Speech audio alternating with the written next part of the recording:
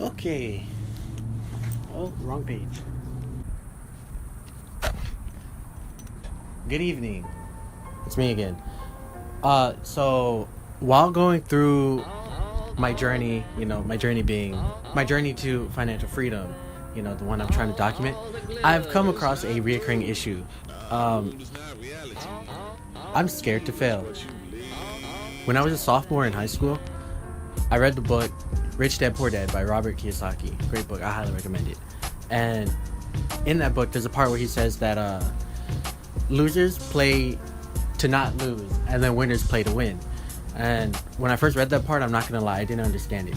But right now, I feel it to my core, because right now I'm not playing to win. I'm just kind of playing to not lose.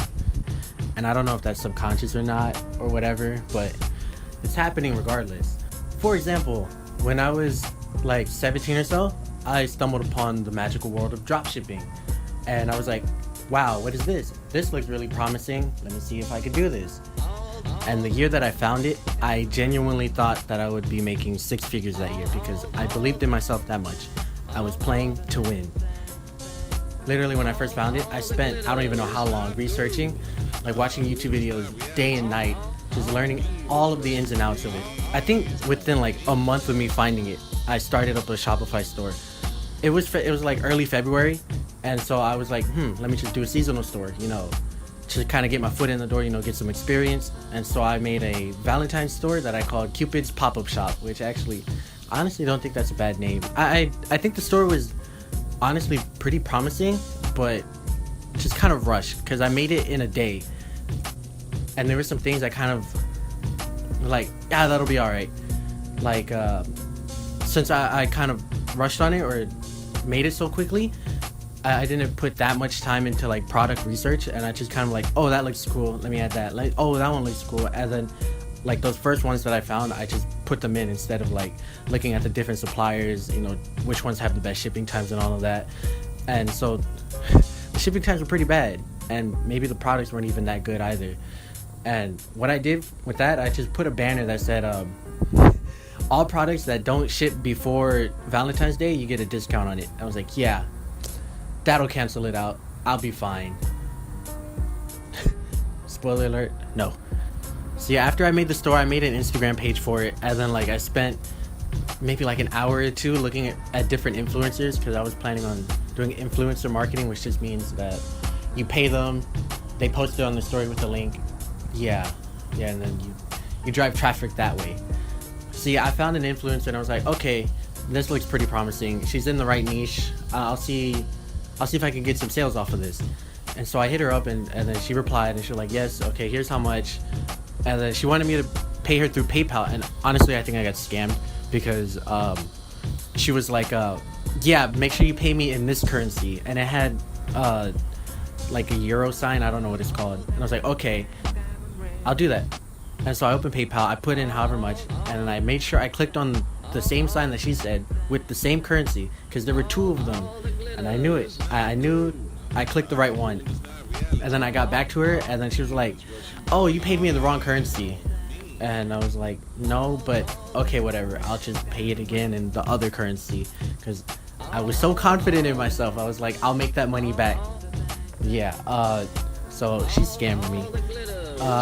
Long story short, with Cupid's Pop-Up Shop, I didn't make any sales. I don't know how much traffic I got, because I only ran that one ad through that influencer that kind of scammed me. Oh, also, she forgot to put the link on her story, and then I had to talk to her, and she was like, no, I didn't, what are you talking about? And then she was finally like, oh yeah, I forgot it, whatever, I'll just do it. So yeah, I got that done, and then I made 0 sales, surprise, surprise. And I wholeheartedly believed that I was gonna make some money off of that store, whether it was 1 sale, 2 sales, multiple sales, whatever. Well, actually, technically I did end up making a sale, but it was from my friend who was just kind of curious on how the store would work. And so he kind of bought something, and we were like, oh, okay, it does work.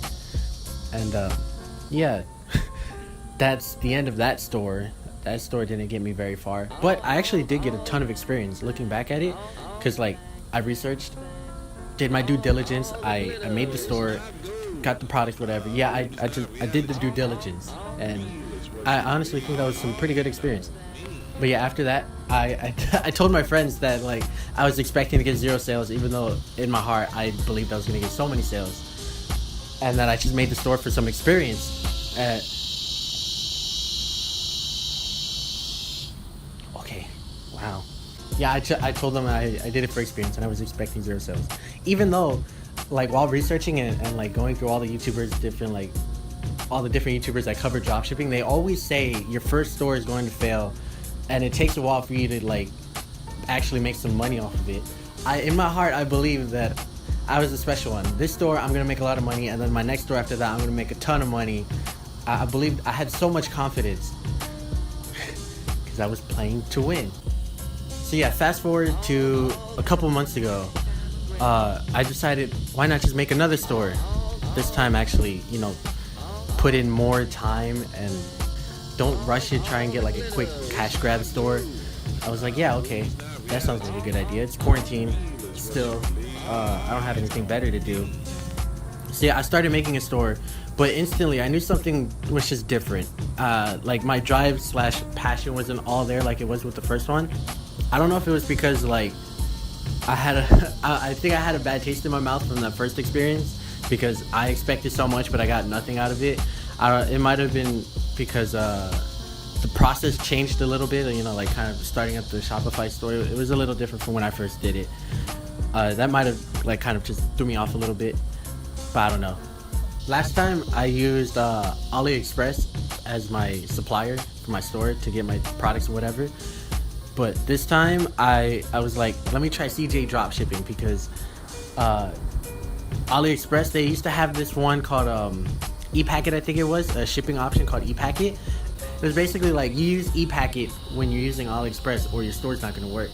And ePacket was gone due to COVID. So like I was scared of the change. I was scared to fail, because I was like, AliExpress, no more ePacket, no more tried and true. What am I going to do? What if it fails? Oh well, let me go to this other supplier, CJ. I was like, let me go to this other supplier, CJ Dropshipping. But then I was like, what if that fails? And then I was scared to fail. But I still ended up like going through with CJ Dropshipping. But the only issue was I still had that scared to fail in the back of my mind. So like doing product research, each and every single product that I even considered, I was like, what if this product fails? What if this one fails? Instead of thinking like, oh, if this one doesn't do too well, I'll just take it off my store and put something else. Instead of thinking of it like that, I was really like, what if it fails? It's the end of the world. Even for like the ads to drive traffic to my store, I didn't really want to do influencer marketing. I wanted to try Facebook ads, but even then I was like, what if the ads fail? And that mindset is extremely stressful to have, especially when you can lose a lot of money in the process. I didn't go through with the store, whatever, because I kind of had to change of heart where like I kind of feel about drop shipping, it feels a little unethical, and I was very scared to fail, so that played a big part in it too. I've noticed all of this in retrospect, but I'm also noticing it in myself currently, because like I was planning on starting up an Etsy store for selling digital products.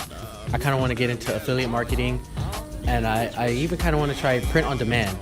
But every time I like open my laptop, I'm like, okay, gonna make a store. In the back of my head, I'm like, but what if it fails? What if it fails? But I gotta switch it to, what if it doesn't fail? What if it turns out fine? What if I end up making a lot of money from it? So yeah, I'm trying to change my mindset on that a lot. Instead of thinking like, what if it fails? I should think more of like, what if it succeeds? Or even just believe in myself more, like not thinking what if it fails, but like this could work out really good in my favor and I could come out on top with a huge profit, financially, emotionally, mentally, whatever, all of that. And yeah, that'd be really cool. I've heard this quote before. I don't know who it's from. I have some notes and I literally put in quotation marks to look it up to see who it's from. The quote says, it goes something like, I didn't fail 1,000 times. I just figured out 1,000 ways to not do it. Something like that. But yeah, I really like that quote. I heard it years ago, but it stuck with me to this day. And I gotta start living by that quote. I gotta implement it in my own life. So basically, lesson of the day here is I gotta get out there and I gotta start failing some more. Yeah. See you some other time. Something. I don't know. I don't remember what I used to say for the outros.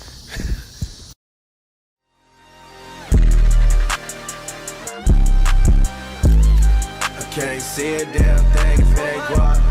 I can't see a damn thing if it ain't guap. Yeah. They like Steven.